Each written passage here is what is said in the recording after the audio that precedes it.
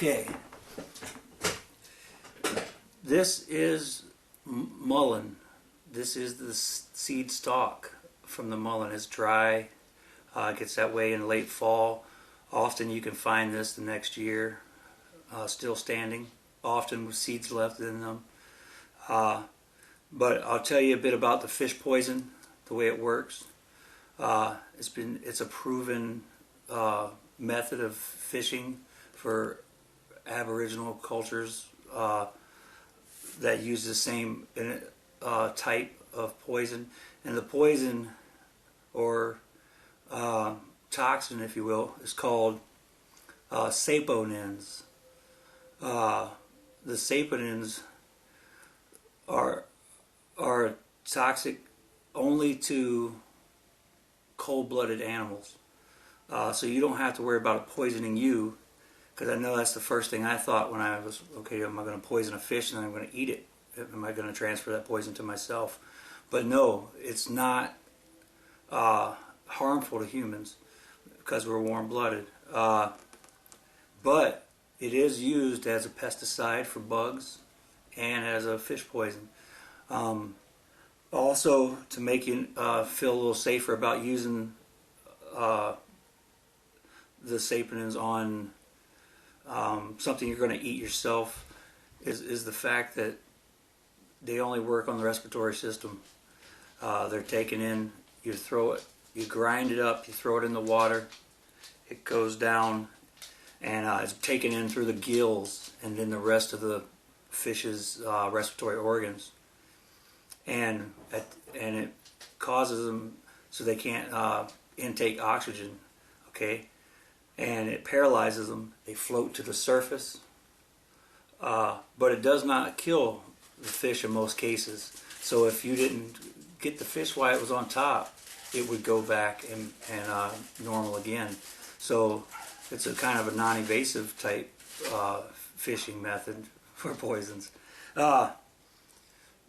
So I guess that's about it. Oh, one more thing to make you feel a little bit better about using a poison. Saponins, which they are. It's often it foams in the water, and it creates foam. Well, it is used currently in toothpastes, shampoos, different things like that we use every day. It's actually been used in beer and soft drinks to create more foaming effect. So just to kind of appease my mind and yours also, that I'm not giving you something poisonous. It just affects the fish differently than us.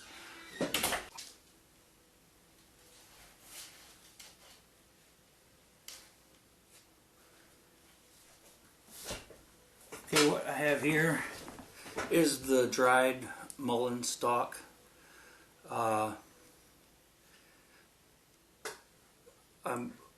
For making the paralytic fish poison, the main part is the seeds. I'm going to show you how to get the seeds out, which there's nothing to it other than shaking it into a bag. But also these seed pods, or husks, are also used as a fish poison, and I've also read where the flowers can be used also, but I'll be using the seeds and the husks because of the seeds being so much smaller than this fibrous husks that are going to be put in there, and just the sheer volume of this, I'm going to blend them. I'm going to use a blender, and I'm going to blend them separately. And by putting in the smaller seeds that resemble celery seeds, very small, I'll be able to hopefully break those up because I think that's where you have the purest fish poison at. But if you put it in with the rest of it, okay, but putting in with the rest of it, it's probably just going to push it around the fibers, and it's never actually going to break open your seeds. And just like anything else, if the seed's not open, you're not getting the contents out of the inside. So,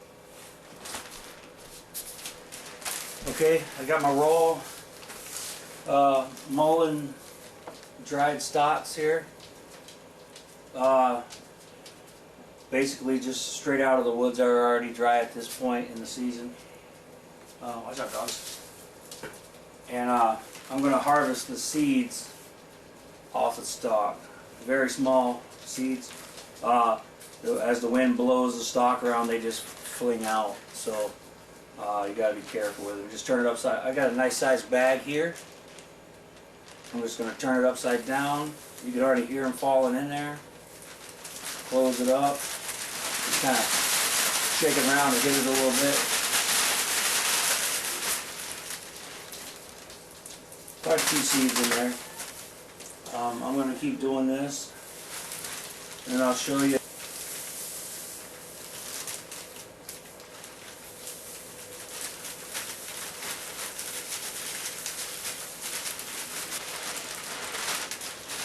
Okay.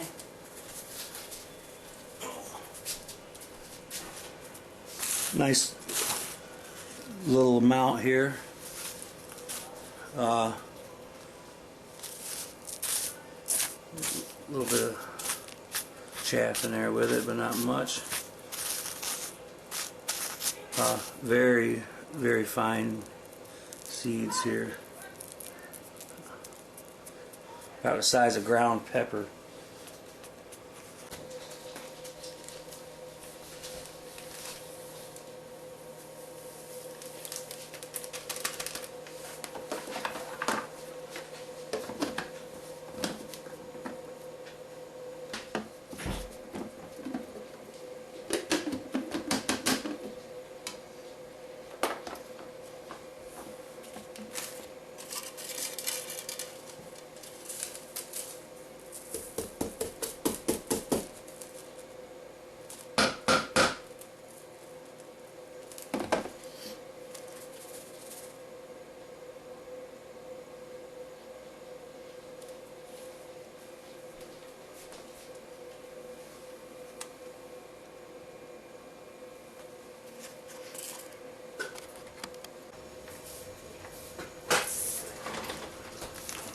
Okay, this is a small portion of what I've done so far. With the rest of the stalks, I should be able to fill that bag full. I doubt I would need that much, but overkill won't hurt anything. Lastly, I'd just like to say that the way, when I was reading about it, the way they use the fishing techniques they use, calm water is the best, because you throw it out there and it sinks down and they take it in their gills and come right back up to you, and you can just pluck them out. Other ways they have been used, fish poisons, is in small, slow-moving streams. They'll have somebody downstream, and they'll, put this into the water, and it will only, whatever it's in is going to get washed down, and they have to get the fish as they make it down to the end of the stream. But obviously, if you're by yourself, you can't do that, so slow-moving water would be the best, or find some way of netting after the fact. So I hope you find this to be informative. Do some research on your own.